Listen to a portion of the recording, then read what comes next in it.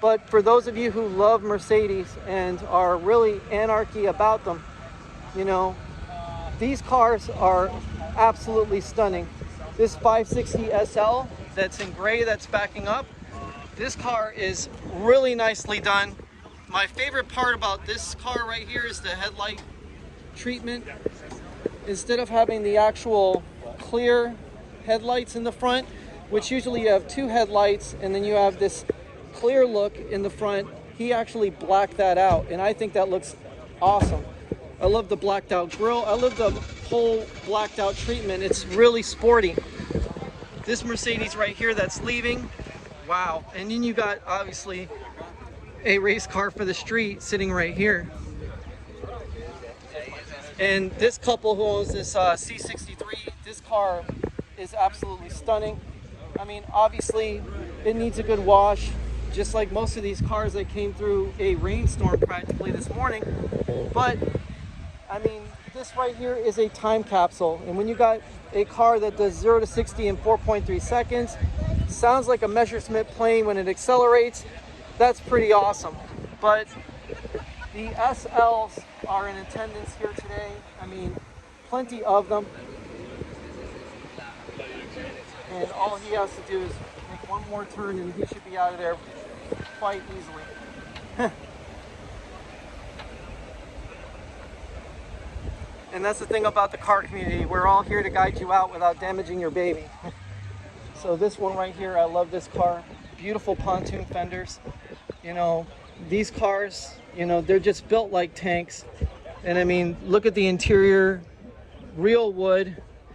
I mean, the leather looks like genuine cowhide. I mean, this color right here is kind of like a maroon. Now, obviously, it might look like it's unrestored, but it's kind of good that it's like that because, you know, a car that's original sometimes is better than having a car that's completely shiny and looks brand new when it's old. And this one has got a different hood line, different pontoon fenders. As you can see, it's more squared off.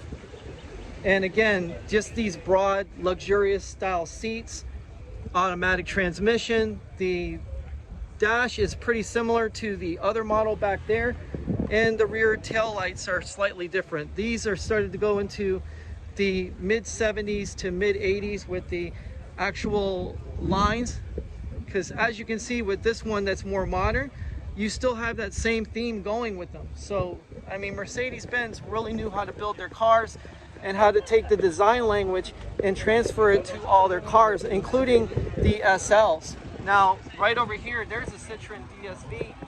That's super cool right there. If you guys can see it, that's awesome. I love that.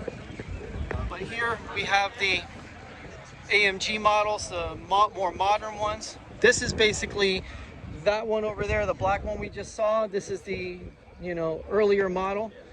And this one, I believe, had the 3-valve. So 3-valve engines were really unique to these Mercedes-Benz cars. This one right here is pretty similar. And as you can see, this had the almost Picasso-like, you know, 4-way headlights. You know, they usually had a reflector that was built into these, and it looked like one of Picasso's guitars in his paintings. So that's pretty cool right there. Then you have a modern SL. And I mean, again, if you look at this car right here, which is absolutely gorgeous.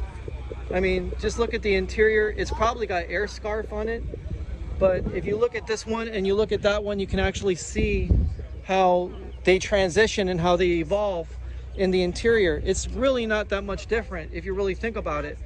This one's got the Nardi wood wheel. I mean,